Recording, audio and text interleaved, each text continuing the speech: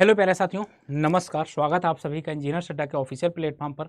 आप सबको पता है कि airport authority of India ATC में वैकेंसी जो आई हुई है ना, ये साल में नियर अबाउट 2 बार तो आती ही आती है। और इसमें तो सारे इंजीनियर्स अलाउ भी हो गए, BSc plus all degree engineers की सभी डिग्री अलाउ है। क्या क्या एग्जाम पैटर्न हो सकता है, इसका क्या है एग्जाम पैटर्न, ये जानने की जरूरत है।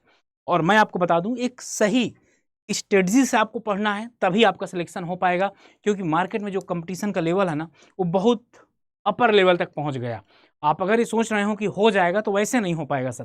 किस तरीके से क्या एग्जाम पैटर्न है, पहले ये डिस्कस करेंगे। सिलेबस क्या है, किस तरीके से आपको पढ़ना है, इन सारी बातों पर मैं आपसे डिस्कशन करने वाला हूं सर। देखिए, सबसे पहले यहाँ पर इसको 2 पार्ट में डिवाइड किया गया है। आप भी जान लीजिए किस तरीके से पढ़ना है। 2 पार्ट में इसका डिवाइडेशन है, part 1, part A, part B. Okay, part 1, part 2। Part 1 में क्या क्या है आपका, या पार्ट ए में क्या क्या है। रीजनिंग जो आपकी 15 क्वेश्चन आएंगे भाई, इसके एक चीज देख लीजिएगा, रीजनिंग का लेवल ठीक रहता है, ठीक है ना। यहाँ पर जो भी डिस्कस करूंगा और जिसका लेवल अच्छा होगा, बता भी दूंगा कि आपको इस लेवल तक का पढ़ना है। इस भ्रांति में मत आना कि यार इसमें लिखा है 10+2, मैं तो पास आउट हूं सर, मैं तो इंजीनियरिंग किया हूं, मैं कर लूंगा। ऐसा कुछ भी नहीं होने वाला, आप खुद समझदार हैं। इसके बाद क्या है, जनरल नॉलेज एंड अवेयरनेस आपका जो है 10 मार्क्स का। इंग्लिश लैंग्वेज यहाँ पर 20 मार्क्स का, जो कि अच्छा खासा वेटेज रख रही है। जनरल एप्टीट्यूड, न्यूमेरिकल एप्टीट्यूड, आपका जो मैथ है ना, ये 15 क्वेश्चन 15 मार्क्स के पूछे जाने।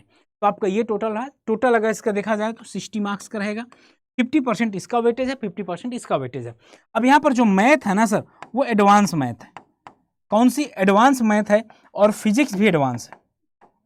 ये दोनों एडवांस मतलब अपर लेवल की मैथ और फिजिक्स है। जो आपने पढ़ा होगा या जो आप कर लेते होंगे, उससे बहुत ज्यादा डिफरेंट हो। या तो आप तैयारी किए हो, एक बार तो करना पड़ेगा सर तैयारी आपको, इसके बगैर तो पॉसिबल नहीं है। यहाँ पर आपके 30 मार्क्स के बहुत इंपॉर्टेंट रोल। यहाँ पर तो चलो मानता हूं कि आपका कोई एक सेक्शन वीक होगा तो आपका काम चल जाएगा। लेट अस सपोज दैट आपकी रीजनिंग वीक है, तो बाकी यहां से आप मार्क्स सिक्योर कर सकते हैं। लेकिन अगर यहाँ पर एक सेक्शन वीक हुआ, खत्म हो जाएगा भाई कंपटीशन ही। कंपटीशन के आप बहुत दूर चले जाएंगे। तो ये बहुत ज्यादा इंपॉर्टेंट है सर। मैथ का लेवल ही बहुत अच्छा होता है। फिजिक्स, क्वांटम वगैरह ना अच्छे लेवल पर पूछी जाती है। अभी आपको दिखाने वाला हूं क्या।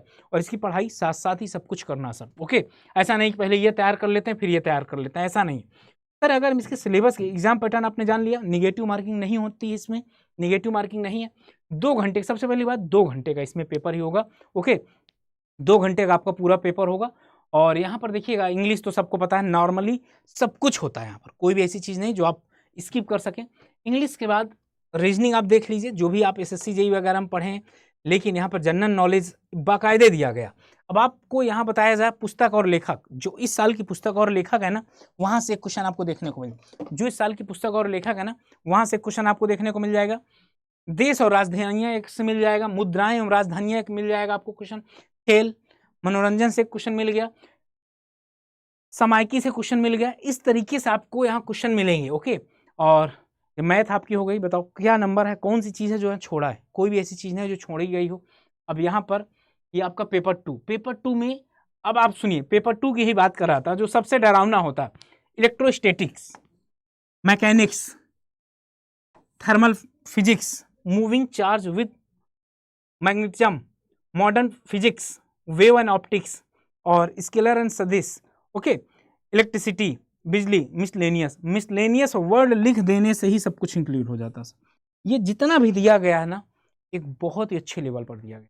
अगर मैं इनकी बात करूं, जितना भी है बहुत अच्छे लेवल पर आपको पढ़ना। ये नहीं कह सकते कि हो जाएगा। एक एक क्वेश्चन अपने आप में दम भरता है सर। ओके, और कॉन्सेप्ट क्लियर करता है। आगे बात किया जाए यहाँ मैथमेटिक में, बाइनोमियल थ्योरम। आप ये जनरल वाली मैथ छोड़ दीजिए, जनरल वाली मैथ। यहाँ पर दूसरी चीज़ है मैक्सिमम मिनिमा, याद होगा 12th में आपने पढ़ा होगा। dy/dx करके उसका जीरो करके मैक्सिमम मिनिमा निकालते थे, याद होगा। लिमिट्स भी आपको याद होंगी, कि बाउंड्री कंडीशन लगाते थे। मैट्रिक्स, मैट्रिक्स भी पढ़े, जो सबसे टफ लगा करता था। लेकिन यहाँ पर भी है सर, स्ट्रेट लाइन्स इक्वेशन है, क्वाड्रेटिक इक्वेशन, चलो ये कर लेंगे, आप ये कर लेंगे। डिफरेंशियल इक्वेशन, ये अच्छा इंटीग्रल पार्ट है, ये आपका प्रोबेबिलिटी है। ये तो इस तरीके से ये हायर मैथ है सर, और मैथ का अच्छा लेवल पूछा। तो आप लोगों से एक ही रिक्वेस्ट है सर, कि तैयारी अच्छे लेवल पर करना है। क्योंकि आपने एक चीज़ बैठ के सोचना कि जितने भी एग्ज़ाम आते हैं हम यही में सोचते हैं कि यार कर लेंगे, लेकिन हो नहीं पाता। अच्छे लेवल पर तैयारी रखो और इस बार क्वालीफाई करो, ठीक ना? क्योंकि ये मौके बार-बार नहीं आते हैं और इसी बार फोड़ना है आपको, क्योंकि अगर ये सारी चीज़ें आप पढ़ लेंगे तो कहीं न कहीं यूज़ होती ही रहेंगी किसी न किसी एग्ज़ाम पे। जैसे हर बार आपको बताता हूँ कि आप अपना टेक्निकल की बात किया जाए, बेसिक टेक्निकल आप तैयार कर लीजिए, बेसिक टेक्निकल आप तैयार कर लीजिए और जीएस, रीजनिंग, मैथ, इंग्लिश, ये 5 सब्जेक्ट अगर तैयार कर लिए ना, तो आप भारत देश के सारे एग्ज़ाम में बैठ सकते हैं, जो आपके रिलेवेंट हैं। तो ये सेशन आपको शायद काफ़ी अच्छा लगा होगा भाई, और आई होप आपको जितनी भी जानकारी देना था मैंने दे दिया। और एक चीज़ बताया जाए, आप जाकर एनरोल कर लीजिए भाई, क्योंकि टाइम बहुत कम बचा है, टाइम बहुत कम है, एक-एक मिनट आपके लिए इम्पोर्टेंट है। तो टाइम को बगैर गवाए हुए जाकर आप ना अपने एक्सपर्ट गाइडेंस से बात कर सकते हैं। एडमिशन के लिए इस नंबर पर कॉल कर सकते हैं। इस नंबर पर कॉल करने पर आपको मैक्सिमम डिस्काउंट मिल जाएगा और कूपन कोड Y579 भी आप यूज़ कर सकते हैं। कूपन कोड आप Y579 भी यूज़ कर सकते हैं, मर्ज़ी आपकी है। जाओ फटाफट एनरोल कर लो और सर रुकना नहीं है, इस बार फोड़ना है। गवर्नमेंट जॉब आपके हाथ में होगी, बस मेहनत करना है। इसी के साथ मैं समाप्त करता हूँ। आई होप आपको सेशन काफ़ी अच्छा लगा हो, तो इस सेशन को लाइक करिएगा, चैनल को सब्सक्राइब करना मत भूलिएगा। Okay, bye bye, love you, thank you and जय हिंद प्यारे साथियों।